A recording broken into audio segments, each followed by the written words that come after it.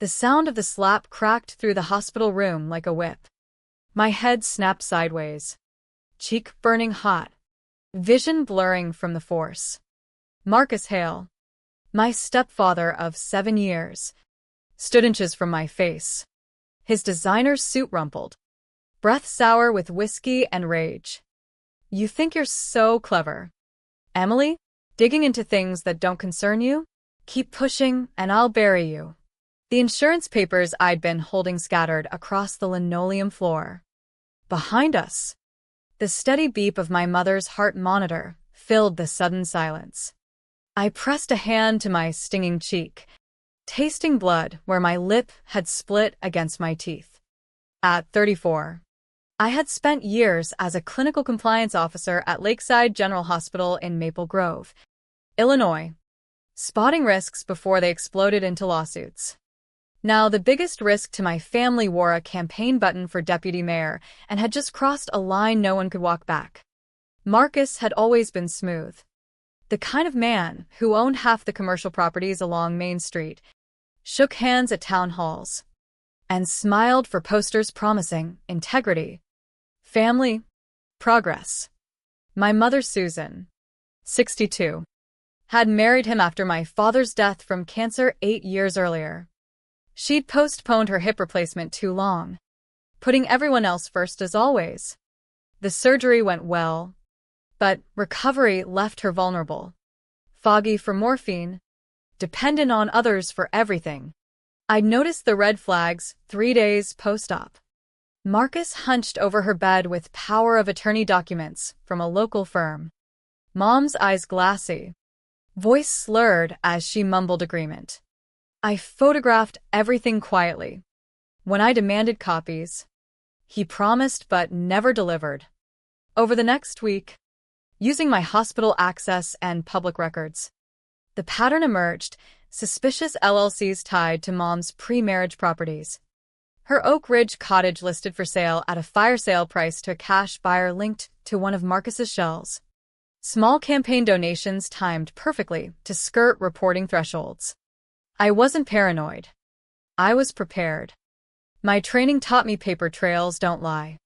I logged visits, elevator swipes, whispered calls. Marcus was draining Mom's accounts to prop up a campaign hemorrhaging after a zoning scandal cost his biggest donor. When confrontation in her room escalated, he grabbed my wrist, shoved me against the wall, and delivered that slap. "Are you all right, dear?" The voice came softly from behind the privacy curtain of the adjacent bed in our semi-private room. Elegant, cultured, edged with steel. I hadn't realized anyone else was there. The curtain parted. Amelia Kensington, 78. Silver hair impeccable even in a hospital gown. Sharp blue eyes taking in my reddened cheek and defensive stance.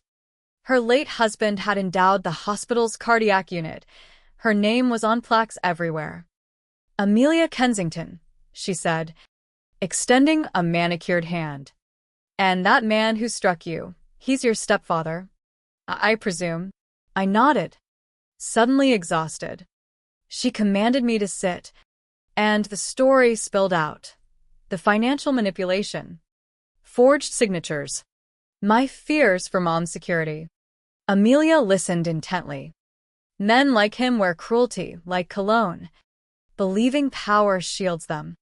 She pressed her call button. "Nurse, we need photographs of Miss Carter's injury for the official incident report." The nurse followed assault protocol, multiple angles, detailed notes, questions. Amelia then gestured to a discreet black device in the corner ceiling, her personal security system, installed after aggressive reporters targeted her family's estate matters.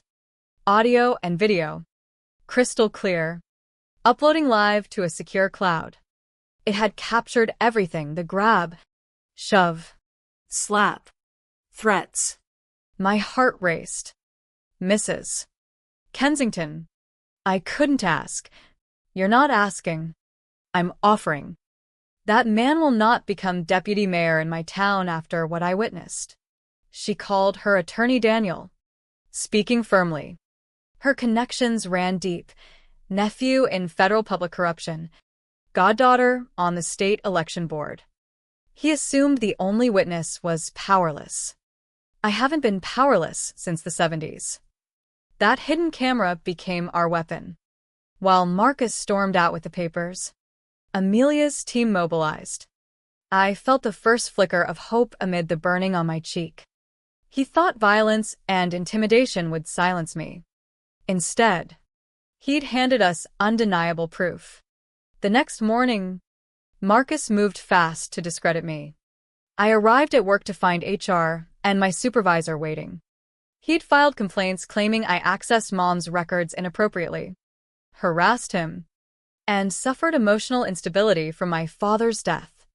They suggested administrative leave, with pay, to avoid publicity during election season. I showed the nurses photos of my bruised cheek and the filed incident report. Their faces paled. Still, the board leaned toward protecting connections. Marcus golfed with the police chief and donated to fundraisers. Daniel, Amelia's attorney, advised accepting the leave strategically. It kept me employed while we built the case. Meanwhile, Amelia arranged for her personal physician to review Mom's medication logs. The discovery hit hard. Triple the standard dose of pain medication on the day Mom signed those POA papers, administered on Marcus's specific request. Overriding protocol. Cognitive impairment was clear. Any signature under that sedation could be invalidated. Our private investigator tracked the traveling nurse who'd given the doses. She admitted Marcus paid her $10,000 to keep your mother comfortable. Recorded confession. Bank records. Parking garage footage of the handoff. All added to the growing file. Marcus counterpunched. Press conference with Mom beside him in a wheelchair. Medicated and confused. Denying everything. Painting me as vindictive. The local paper ran a story on the suspicious cottage sale after Amelia's discreet tip. Social media turned ugly, death threats, doxing. Yet momentum built. Former employees of Marcus's real estate firm came forward with intimidation stories. The hospital board, pressured by Amelia's major donation pledge and federal scrutiny threat, reversed course. Full access restored to Mom. My leave converted to paid time off. Chairman resigned. I visited Mom lucid for the first time in days. She remembered fragments, the pressure, the papers presented as insurance forms. When I explained the drugging, theft, and assault, steel returned to her voice. Destroy him. We prepared for the city council debate 3 days away.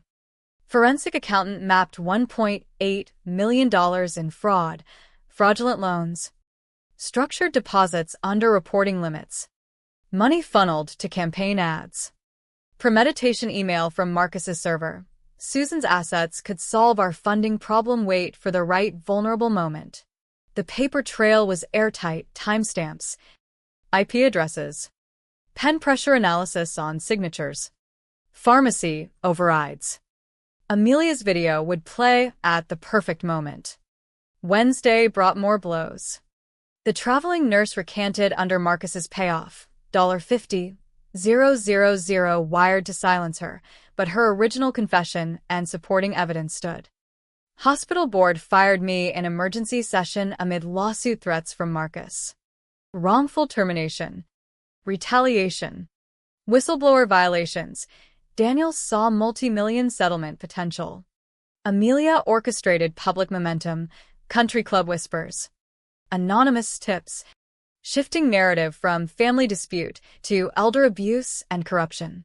By evening, video of the slap leaked. Hospital staff leaks. Trending with justice for Susan. Mom cleared for the debate. Wearing Dad's funeral suit symbolically. We gathered in Amelia's study. FBI agents ready. Marshals positioned. Media packets with USBs containing video. Charts.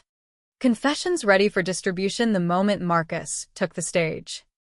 Thursday dawned with Marcus's live TV attack. Old photos of me cropped to look unstable. Accusations of record theft and vendetta. Process server delivered restraining order to bar me from debate venue. Hearing at 2 p.m. Became courtroom theater. Daniel played the full video. Judge denied order. Forwarded footage to prosecutors. Marcus stormed out, hissing threats. By 6 p.m., we entered the packed Civic Center. Marcus on stage for soundcheck. Freezing when he spotted us front row. Me. Mom with cane.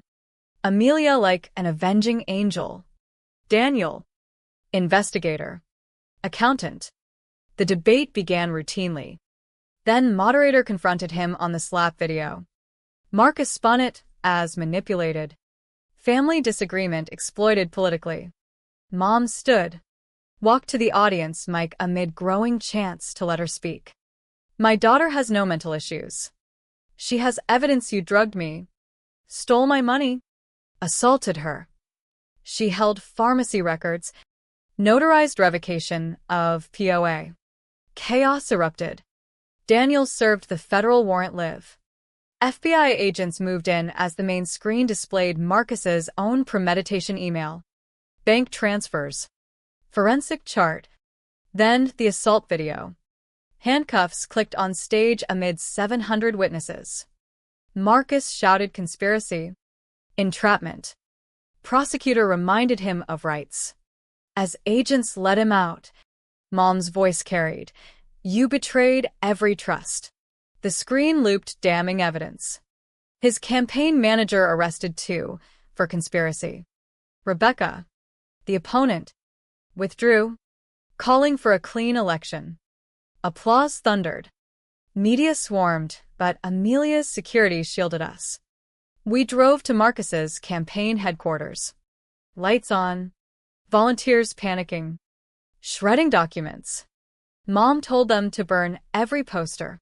Every lie. Viral arrest video hit millions of views within hours. Teresa the nurse arrested at border for witness tampering. Cooperation inevitable. Back at Amelia's estate. Champagne flowed. She toasted paper trails and patient advocacy. Mom laughed genuinely for the first time in months, wanting to reclaim the cottage where Dad proposed. Next morning, assets frozen. Licenses suspended. More victims emerged. Hospital offered reinstatement. Promotion. Apology. Systemic changes I accepted conditionally. Settlement negotiations began. 6 months later, sentencing. Marcus in orange jumpsuit. Shackled. A broken man. Judge denounced betrayal of trust as husband. Stepfather. Public candidate. 28 years federal prison. No parole for 15. Full restitution. Lifetime fiduciary ban. On courthouse steps, where he once announced candidacy, Mom declared liberation. We drove to the cottage. Rose's dad planted still bloomed. She reflected. Documents tell truth when people lie. That lesson saved us. Marcus thought one slap would silence interference. Instead, it awakened evidence, allies, and justice. Power crumbles before meticulous documentation. The paper trail always wins. What would you document if your family's future depended on it? The question lingers long after the gavel falls.